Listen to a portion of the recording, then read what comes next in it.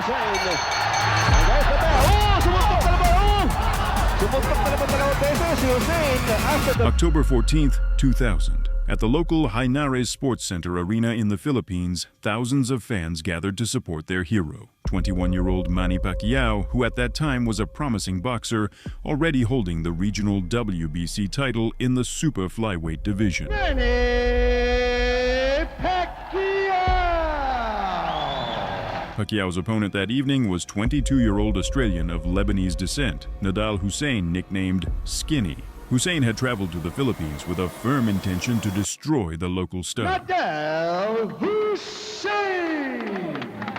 The undefeated Lebanese boxer boasted a perfect record of 19-0 and was known for his tough, aggressive fighting style.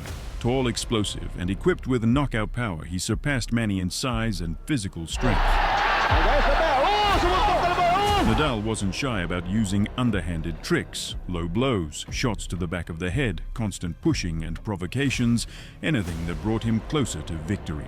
The crowd booed Hussein relentlessly, but Nadal only smiled in response. He thrived on the hostility, feeding off the entire arena's hatred toward him. Hussein knew exactly why he had come, and he was confident this evening would end as a nightmare for Manny. However, the Lebanese fighter failed to understand one crucial thing. When you provoke a beast, sooner or later, it awakens. It was Nadal Hussein who was destined to awaken that dark and merciless version of Manny Pacquiao. Instructions in your technical.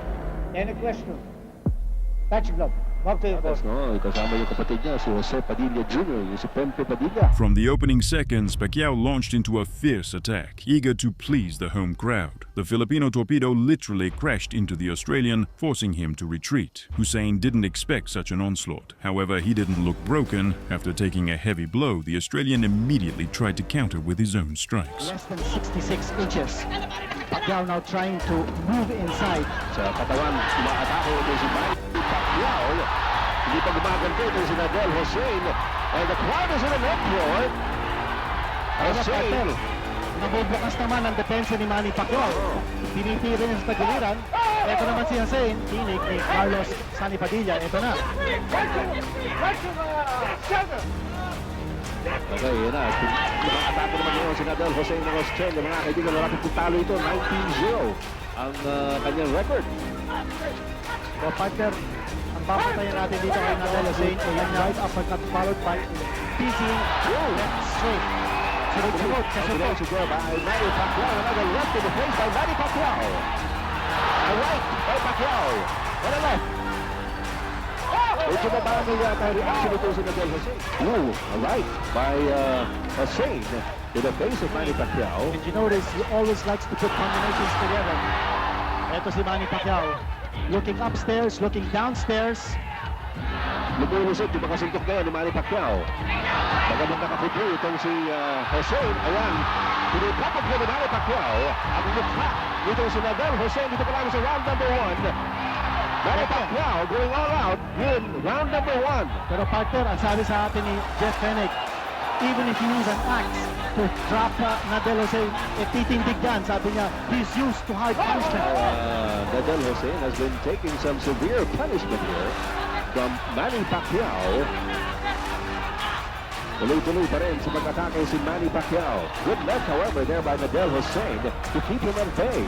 Tapos sunod-sunod yan. Iba talaga yung reach ni Hussein, partner. No? He's got Manny Pacquiao at bay. Last 10 seconds of the first round. Tuloy po po yan. Scheduled for 12 dito, partner. Kung importante dito, pacing. Just in case tumagal itong laban nato. Alright. Alam mo, partner, napapansin natin dito, ito power. Power, that's Manny Pacquiao. Going to the face of Nadal Hussein, right to the body.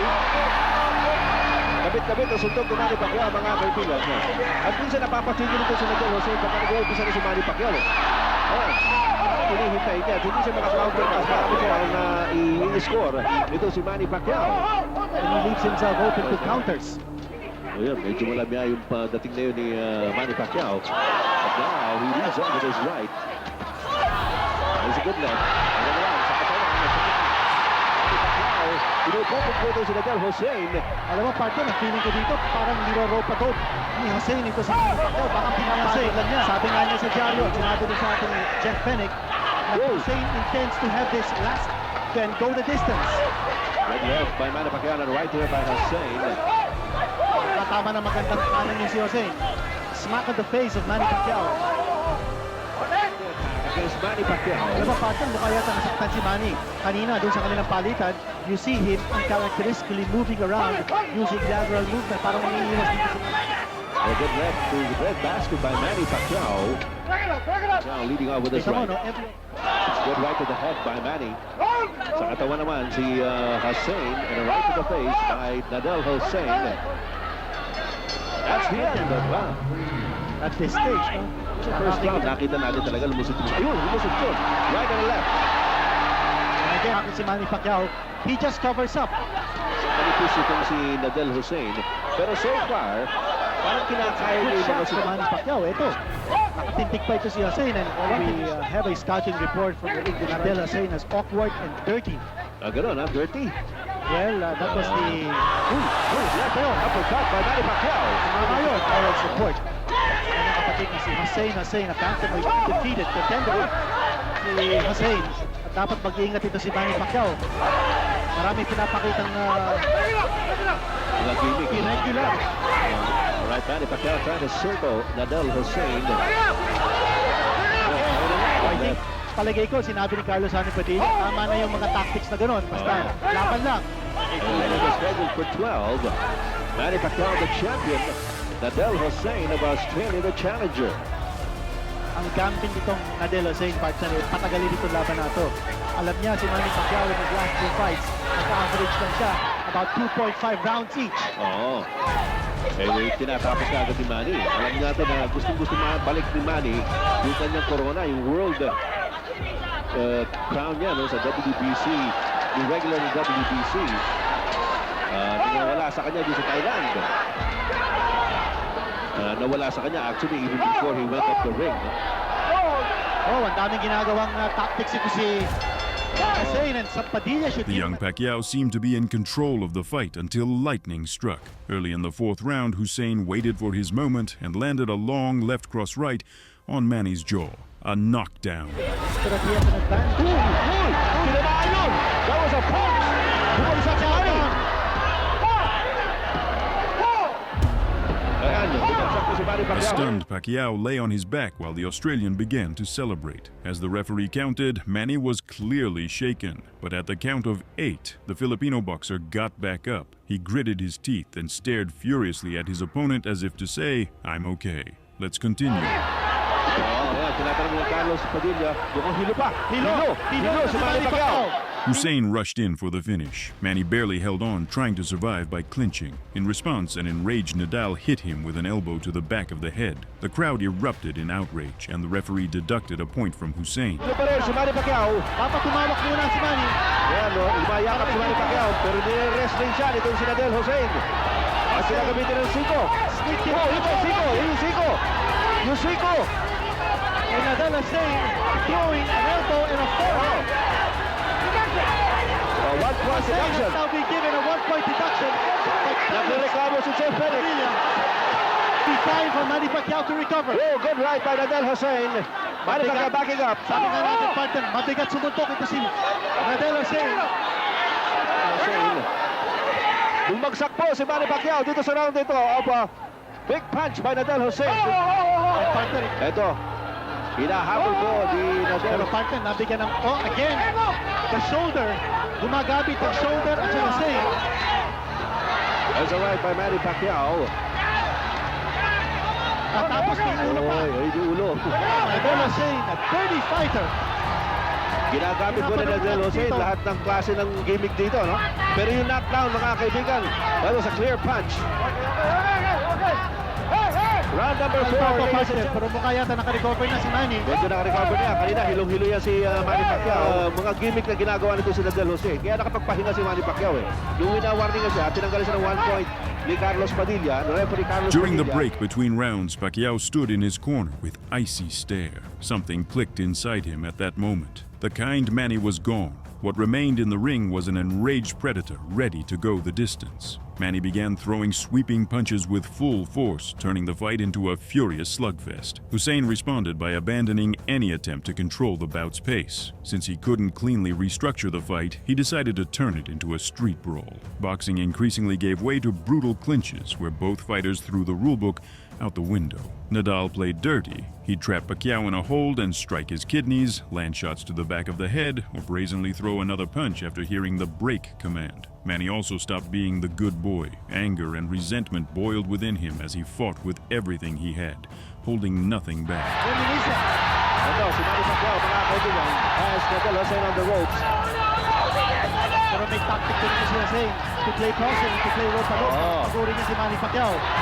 Nagpapasuntok ito si Hussein, partner. Mag-ingat lang si Manny sa kanyang depensa because bububo ka agad yung depensa. Success sa likod para kay Manny Pacquiao. Ito na naman. Kaibigan, bumagsak po si Manny Pacquiao in round number 4. Ito, nakasang recovery ito para kay Manny Pacquiao. Pero hindi natin malaman. There's a big right na naman by Nadal Hussein. After a good right. You also wonder, partner, kung yung foul. Oy, maganda yun. Yung tikada sa kagawa. Maaaring mahina rin ng bigay ganito si Hussein. Parang ganun na nakikita natin. Papahin ko sa suntukan ito si Hussein. Pero ayun na naman. Bumalik na naman ito si Hussein. Manny Pacquiao, good left. Pero bumalik si Hussein. With his own left. Tumama yun, partner. Yeah. Pero yan po ang aggressiveness. Oh, left, right by Nadal. Parang nakikita natin, he is just trying his time. Good right by Hussein.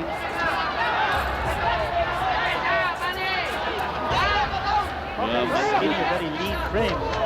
Ano mga counter? Pagduhin yung good left there by Hussein.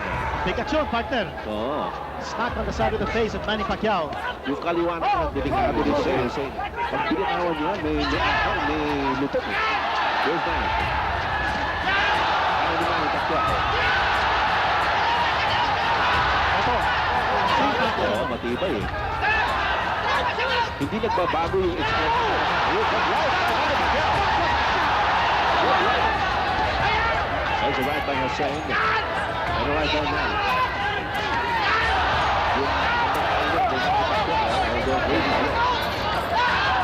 Promoted ng nakabahan din si Carlos Sandy Padilla. Baka siya ang nakakita dito. Hussein. Manny Pacquiao. The fight took a dramatic turn in the second half. While Pacquiao had initially stunned with his speed, he now systematically broke down his opponent as if seeking revenge for every moment of fear he had endured. Hussein tried to fight back, landing some hard right hands, but Manny seemed unfazed by the counterpunches, his own cut eyebrow, or the pain. The Filipino fought like a man enraged by his own fear. Round after round, the home fighter regained control. Yes, Nadal Hussein. And so blatantly, in a championship fight. At dito sa hindi niya teritoryo. Ano ba ito? That was an apt description indeed. Mukhang tama-tama yung scouting report niya. Meanwhile, Manny Pacquiao still trying to... Oh, good right by Manny. Medyo natigil dito si Hussein. Ay, kaliwa. Ngayon, layakap ko expression sa mukha ni Hussein. No, kanina, kahit tinatamaan siya, hindi babago yung expression sa mukha ni Nadal Hussein. At saka during that clinch, nakita ko, kumindat siya doon sa kanyang corner. I don't know what that meant. Ito na naman. Gumamit na naman ng siko. Manny Pacquiao. In its last 10 seconds.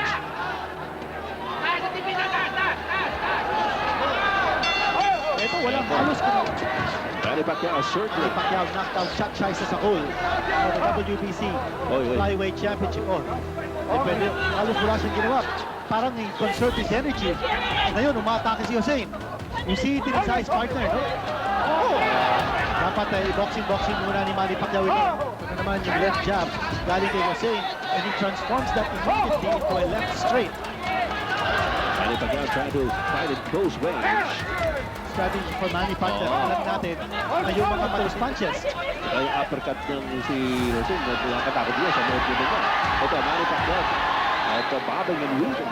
Bagamat nakikita natin, marami talaga ito sa Nadal Hussein. Matibay rin. So, Bigaw, kailangan mag-ingat dito si Manny Pacquiao. He's got to keep his focus here. Kapit na. Sa katawan naman ngayon, atake ito sa Nadal Hussein. And again, at hindi na bibigyan ng point deduction, no? Hussein. Kanina, tinuwagan siya. Binigyan sa 1 point in the fourth round. So, last one. Medyo nayanig doon. But a good right by Hussein. Ito, nagpapalitan yung dalawa.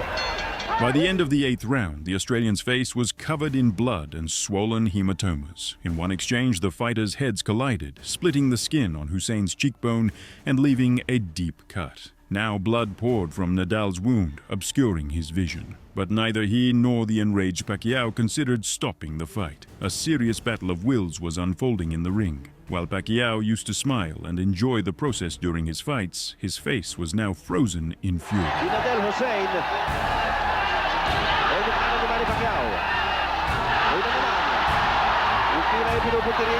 With 11 KOs, good right-left combination by Manny Pacquiao. Sinusugod ni Manny Pacquiao si Nadal Hussein. He's up against the ropes. Gusto na ito si Hussein, partner. Nadulas si Hussein. Is evident sa kanyang record with 7 first-round knockouts. 7 first-round knockouts, ha? Alam mo, partner, dapat siguro si referee Manny Padilla itigil muna itong laban at tawagin yung ringside position. Baka dapat itigil na ito. Tugo na yan, eh. At sabi ni Hussein, eto, kung anong klase boxing ang pinapakita nitong Hussein na ito. Ayan na naman! Oh my gosh! Ano yan? Walang warning! Off the break! Oh my gosh! Carlos Padilla! Where are you? Sumusugod na naman si Nadal Hussein. And against this, and I cannot understand kung bakit hindi pa pinatawag si referee Padilla at inside position. Ito na naman. Dinidiinan naman ni Hussein sa lubid si Manny Pacquiao. This is round number 9. Good right by Manny Pacquiao. Yung pa rin ang pupuntirin niya, yung putok yung sa kaliwang kilay ni Nadal Hussein. And there's the bell. Sumuntok na naman! Sumuntok na naman 2 beses si Hussein after the bell. The 10th round was the climax of the drama. By that point, Pacquiao was in complete control, having mentally and physically crushed the Australian. Sensing victory was near, the Filipino showed no mercy. He pressed forward with furious intensity, trapping his opponent against the ropes and unleashing relentless 3 to 4 punch combinations. Sumuntok pa ng 2 beses ito si Nadal Hussein. Alam mo, emotion will get the better of you and you will lose your head. Good right by Manny.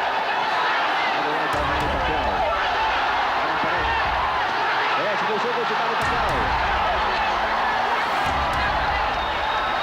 Just before the ball started to start the round. Ito na. Sumusugod si Manny.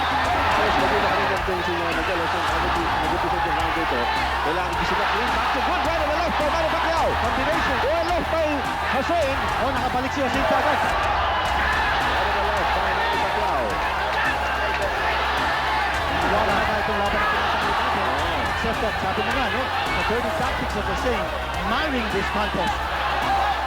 2 minutes into the round, Manny landed another devastating series, finishing with a heavy left hook straight to his opponent's bloodied cheekbone. Hussein staggered, and the referee stepped in. The cut on Nadal's face had turned into a bloody mask. The referee paused the fight and led the stumbling Australian to the ropes for a doctor's examination. Meanwhile, Pacquiao paced the ring impatiently, like a furious tiger pulled away from its fallen prey. The crowd roared. No one wanted a stoppage. They all craved a definitive end to this showdown. The doctor took a quick look at the gruesome wound above Hussein's eye and immediately advised to stop the fight. A few seconds later, the referee waved his hand, signaling the end of the bout. Technical knockout. Nagrereklamo yung kampo ni Hussein, nagrereklamo at meron pa rin bumabato rito. To the delight of the local crowd, Nadal Hussein was declared unable to continue. The frustrated Australian immediately began to protest, waving his arms and shouting that he was still ready. But the decision was made. Hussein's cornermen didn't object. They knew they had saved their boxer from unnecessary punishment. At the same time, Manny Pacquiao climbed the ropes, triumphantly raised his fists in the air, and let out a victorious cry.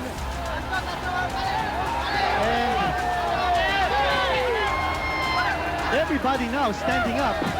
Ano ba magiging kainatan nito, This fight was immediately dubbed one of the toughest and most intense challenges of Pacquiao's early career. When the dust settled, it was revealed that at the time of the stoppage, Manny was indeed ahead on all three judges' scorecards, albeit by a slim margin. But the scores weren't the real story. What mattered most was how Pacquiao secured this victory. He proved he could fight not only with brilliance and talent, but also with extreme grit when necessary. Manny turned the tide of the fight, showing unyielding will and breaking the resistance of one of the most dangerous opponents he had ever faced. Nadal Hussein, as soon as he recovered, was furious about the stoppage and the referee's work, feeling he had been robbed of the chance to finish the fight. The frustrated Australian even tried to confront a local fan who had jumped into the ring with a gleeful taunt.